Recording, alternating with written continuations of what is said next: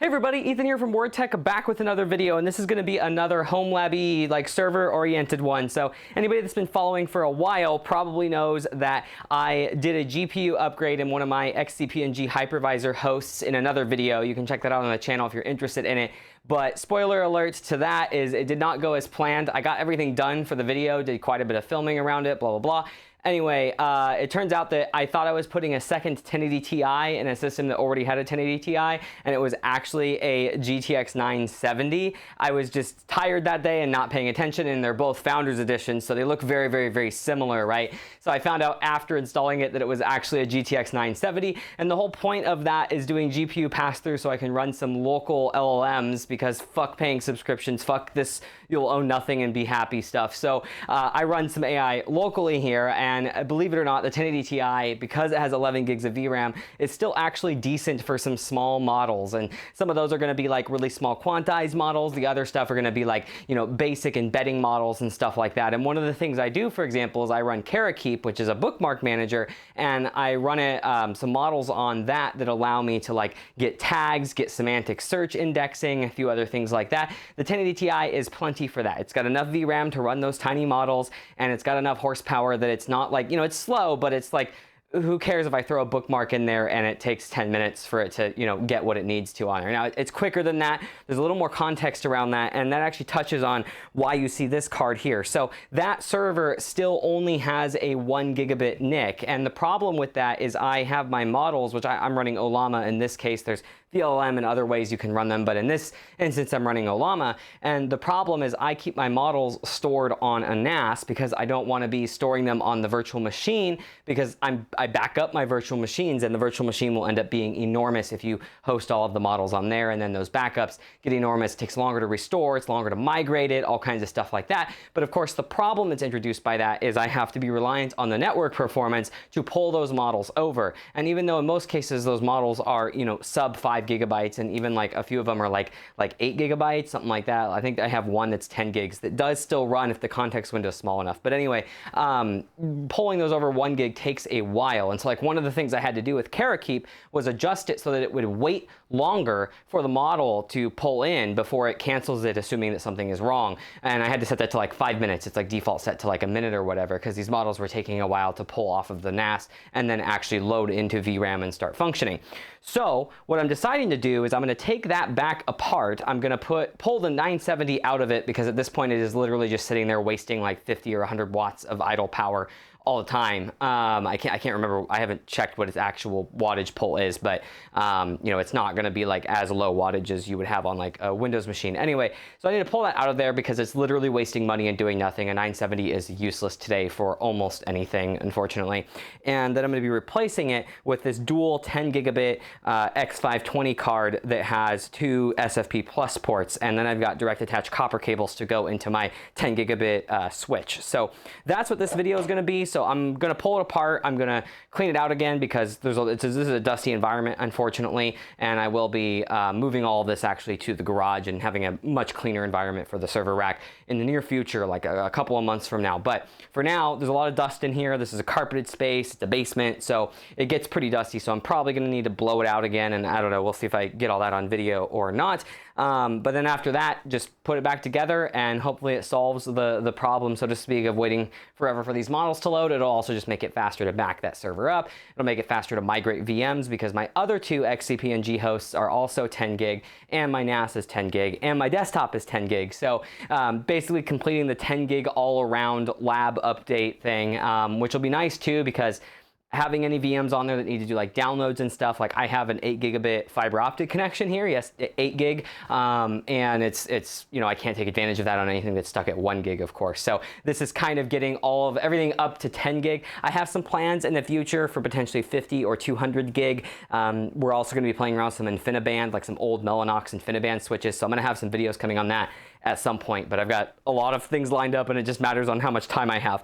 The other unique thing that I want to mention before we actually get into taking everything apart, which I think will probably be in a lot of ways the quicker part of this video, because I don't know if anybody wants to watch me just, you know, take a server apart. I mean, I'll play some of it, but some of it might be fast forwarded or whatever, and I don't know how much I'm going to talk during it. But the other thing that I wanted to mention is this is actually a bit of a test video, because I am filming this on my Galaxy S26 Ultra, so you might notice that this looks a little bit different. Now I'm filming it directly to a Samsung T7 SSD. I've got a 2TB one that I use for various things, so don't have to worry about the storage space on it, and I'm shooting in APV at 4K 60, so we'll see how that content turns out. I'm really interested to see what this looks like compared to my previous videos, which I shoot on the Blackmagic Pocket 4K, which is an amazing camera overall, and I really like what I've rigged up on that. The problem is the lenses I have for that are not very sharp, and so there are some Rokinon lenses. They're T1.5. They're very fast. They look very good for some of the weddings and stuff I film because that soft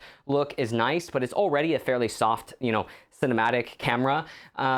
I'm hoping to get a little bit of a sharper look from this and also just see what it's going to be like to color grade it. I'm shooting in log, of course, so I'll be doing some color grading on it. I'll do that manually. I don't usually use LUTs myself. I prefer to, I mean, I use them for previewing, but I like to actually do the color grading. So anybody that's watching this, I would love if you would leave a comment to see what you think about the video here. I'm also hoping the audio comes through okay because I'm wearing my lav mic, but I have to record to my computer right now because the USB-C hub that I got for this device did not work correctly, so I was not able to use my wireless microphone recording into this actual footage. But in some ways that's a good thing because I need to have multi-track audio in case, like, say this is just crapping out, like say this isn't working right now. It'll be great that I know that that microphone is working. So anyway, I'm just curious to see how this goes. This entire video will be shot on the S26 Ultra. Alrighty, here we are. So we've got the server out. You can see it's already a little bit dusty again. You might have seen in the video if I left it in that, man, these, I mentioned it in the other video, but these rails for these Roseau cases are terrible. Not only do they not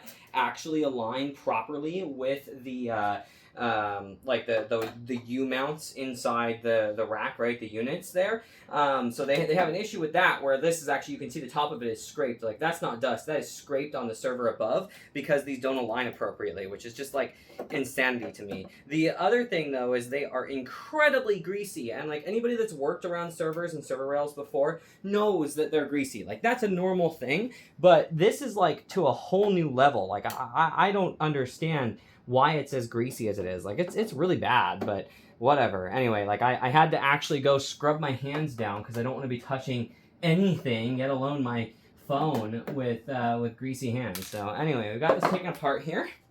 Got the cover off, and you can see that I do have the 970 in here, so we're going to be pulling that guy out and then putting in that 10 gig adapter, which I luckily remembered I do have the full height bracket on it. For a moment there I was like, wait a minute, I don't know if I have the full height bracket on it, which would really suck. Hopefully I have the view setting here right. Yeah, okay, cool. It's just a little bit hard to know because I don't have a display hooked up to the camera or the phone yet, so it's a little bit hard for me to be like, oh, am I doing the right thing? But anyway, here we are. We can pull out these power cables, which this will be nice too because it's getting a little cluttered in here with the amount of PCIe power I had wired, so I'm actually really happy to be getting these out of here.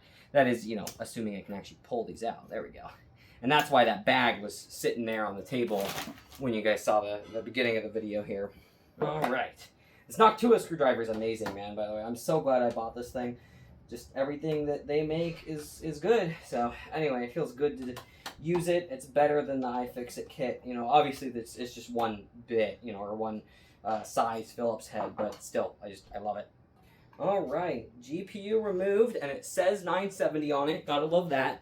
You can see here, it says 970. I just didn't see that when I installed it the first time. I can't believe that's the case, but here we are. That's the reality that I'm in, I guess. I was just too tired or something. But anyway, so that's been removed, and I can go ahead and get the 10 gig adapter installed here, which I hope still works. This was just sitting in a drawer, and I don't remember if I put it in that drawer because it did or didn't work, you know? Like, did I save it, or did I throw it in there because I removed it from a server and it wasn't working or something? So we'll have to see. The other thing that's going to be a little tricky is this guy does not want to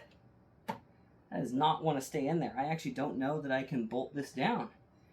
That is a little bit strange. The bracket is not aligned straight, which I think is another problem with this case. I've had that with some GPUs before. I might have even mentioned that in the last video, but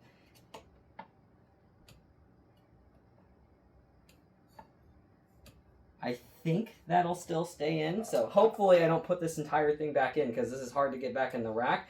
And it turns out that, like, you know, because of this bracket here, or not the bracket, but more so the case being bent, the bracket's definitely straight. You know, hopefully it doesn't turn out that, like, this is not good enough contact. I think it's in there enough that it'll contact things fine.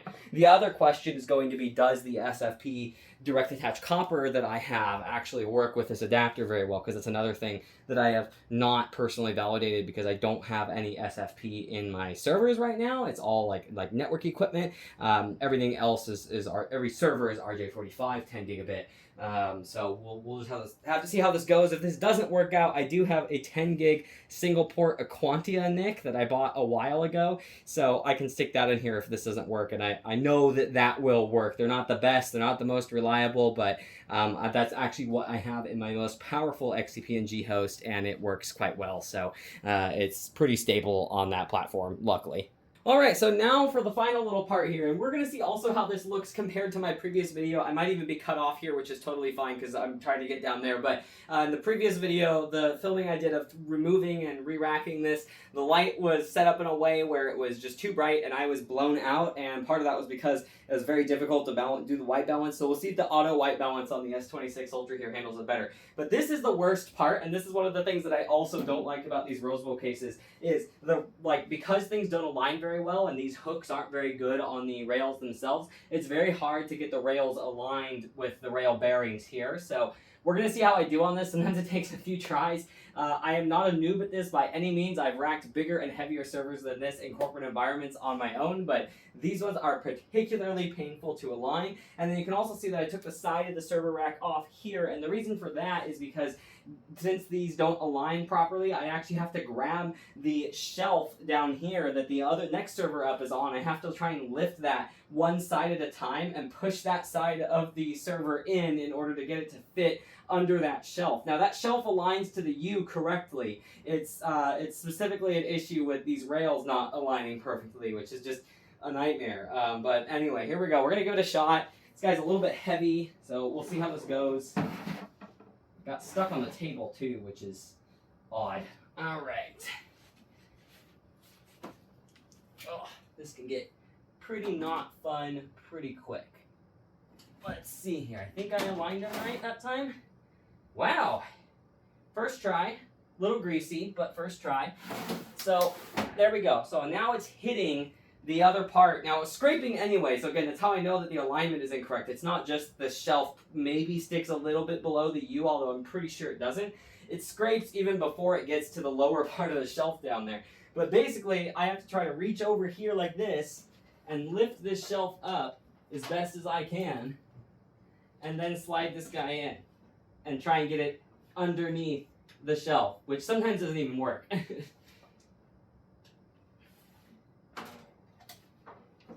Okay, I think I got the left side, I think. Let's see here. This is nuts. It's also slightly dangerous. I have to be really cautious here. Alright, I think I got it past that little lip. Yes! And now it scrapes really bad. I have to put a lot of pressure on that to get it back in there. But anyway, we've got that all done. All set and done. So we'll see how this goes. And we'll see what this footage looks like. I'm already getting low on battery here though, man. This does eat through it. But it hasn't overheated, and I think I've shot like 30 minutes of footage already. So I'm kind of impressed with that. So let me know how this looks. I'm really curious to see what you guys think on that. I don't think I'm going to film plugging it into the back because I've got to go find that actual SFP direct attach copper cable and configure switch ports and other stuff like that. And it's already pretty late at night, so I just wanted to go through the upgrade process. And I think this video in a lot of ways is just serving as a test video for the S26 Ultra to see how I like the outcome of that. So anyway, in the next one, I'll do some more stuff. Maybe I will cover my OpenWeb UI and Ollama setup that I have distributed in a few places. And maybe I'll cover a few things that I'm using some of these local models for.